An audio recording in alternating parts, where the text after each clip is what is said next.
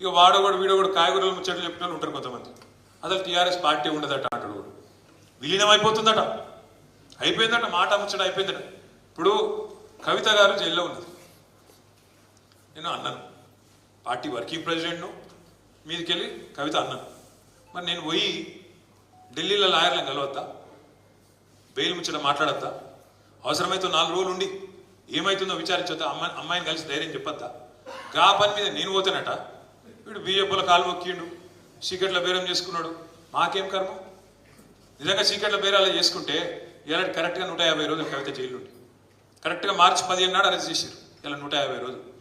ఇలా మా ఇంట్లో ఆడబిడ్డ వీళ్ళందరి మాకు నిజంగానే వాళ్ళతో ఒప్పందం ఉంటే 150 రోజులు జైలు ఉంటుండేనా? నేను అడుగుతున్నా, మిమ్మల్ని ఒకసారి ఆలోచించు. ఒక్క కాంగ్రెస్ వాడు జైలు ఉన్నాడే రోజు? ఎవరికి మరి ఒప్పందం లోపాయి కాదు, మనకా వాళ్ళకా? మన ఇంటి ఆడబిడ్డని జైల్లో పెడితే కూడా మనం కొట్లాడుతున్నాం. ఒప్పందం లేదు, మన్ను లేదు, విలీనం లేదు, ఏది లేదు. ప్రజల్లో లీనమై పనిచేద్దాం. ఇంకో 24 ఏళ్ళు నిండింది టీఆర్ఎస్. ఇంకో 24 ఏళ్ళు అవసరమైతే ఇంకో 50 ఏళ్ళు ఉండేటట్టు బ్రహ్మాండంగా తయారు చేసుకున్నాం. అడ్డమైన ప్రచారాలు, మనం మాయమైపోవాలని కోరుకుంటే వాళ్ళు చాలా మంది ఉన్నారు మార్కెట్లో. కేసీఆర్ పార్టీ పెట్టిన మొదటి రోజు నుంచి ఈ పార్టీ ఉండద్దు అని కోరుకున్న వాళ్ళు 7 మంది ఉన్నారు. ఒక్కడు కాదు, మనం ఉండద్దు, ఉంటే నడవది, వాళ్ళ కథలు వాళ్ళకి ఇరికి అట్లా కోరుకున్న వాళ్ళు, మనం పోవాలని కోరుకున్న వాళ్ళు, మన పార్టీ నాశనం కావాలని కోరుకున్న వాళ్ళు పోయిన తప్ప మనం మాత్రం మంచిగా ఉన్నాం.